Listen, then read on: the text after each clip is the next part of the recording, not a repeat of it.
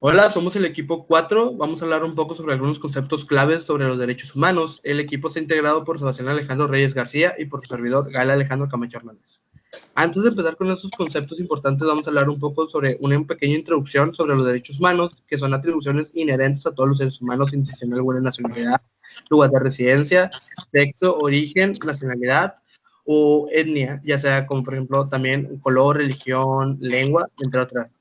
Además, tenemos que estos derechos se rigen en manera en que los individuos viven en sociedad y se relacionan entre sí, así como sus relaciones con el Estado y las obligaciones del Estado hacia ellos. Empezando con los conceptos importantes, tenemos la justificación y explicación del caso. Respecto o referente a los derechos humanos, tenemos que la justificación responde a preguntas como, por ejemplo, ¿por qué este caso es una violación de derechos humanos? En el cual podemos encontrar que se identifican los derechos que fueron violados. Además, se usan normas nacionales e internacionales como base y se explica por qué es grave o relevante desde una perspectiva legal y humana. En el caso de la explicación del caso, responde a preguntas como, por ejemplo, ¿qué pasó exactamente? O cómo ocurrieron los hechos, en el cual se narran los hechos de forma clara y cronológica. Además, se identifican los actores involucrados, y, que en este caso serían víctima, agresor y autoridades. Y por último, tenemos que se analiza cómo actuaron o fallaron las instituciones. Otro de los conceptos fundamentales es los fundamentos constitucionales, los cuales son los principios, normas y garantías que aparecen en las constituciones nacionales y en tratados internacionales y que sirven como base legal para proteger los derechos fundamentales de todas las personas. Entre ellos podemos encontrar la Declaración Universal de los Derechos Humanos, el cual fue adoptado el 10 de diciembre de 1948 por la Asamblea General de la ONU. Además que este es un documento fundacional de los derechos modernos y establece casi 30 artículos que reconocen derechos civiles, políticos, económicos, sociales y culturales.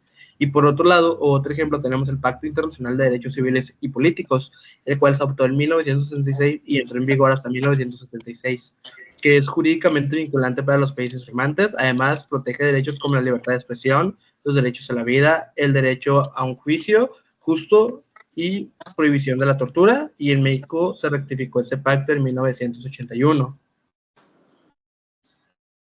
Bien, ahora vamos a hablar sobre dos puntos importantes. El primero, uno de ellos, es lo de la Convención Americana sobre Derechos Humanos, que es, entre comillas, pues el Pacto de San José.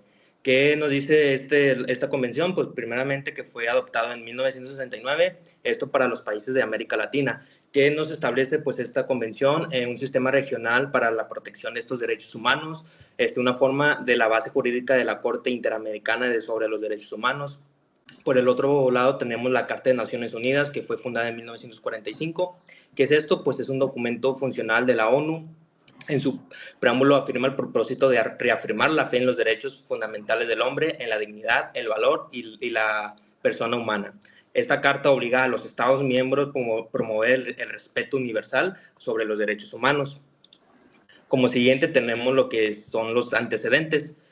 Los derechos humanos tienen raíces profundas en la historia. Algunos hitos importantes, pues lo que incluye es el cilindro de Ciro, que es considerado uno de los primeros documentos en reconocer los derechos humanos, donde Ciro el Grande proclamó la libertad de los esclavos y la libertad religiosa, perdón. El siguiente es la Declaración de los Derechos del Hombre y del Ciudadano, esto en 1789. Este documento francés pues estableció que todos los ciudadanos son iguales ante la ley, sin importar lo que sea. Por último, tenemos las soluciones propuestas por países y autoridades involucradas. ¿Qué nos dice esto? Que pues es un conjunto de organismos internacionales que han creado instituciones y leyes de mecanismos globales para prevenir violaciones y atender casos de injusticia. Por ejemplo, la Organización de las Naciones Unidas, que es un claro ejemplo a nivel mundial, que crea estándares universales como la Declaración Universal de los Derechos Humanos, tiene un alto comisionado para los derechos, para los derechos humanos, que investiga y denuncia las violaciones, apoya con misiones de paz y asistencia legal con países de conflicto. El siguiente que podemos mostrar es la Corte Penal Internacional, el CPI, juzga a responsables de genocidio, crímenes de guerra y crímenes de lesa humanidad.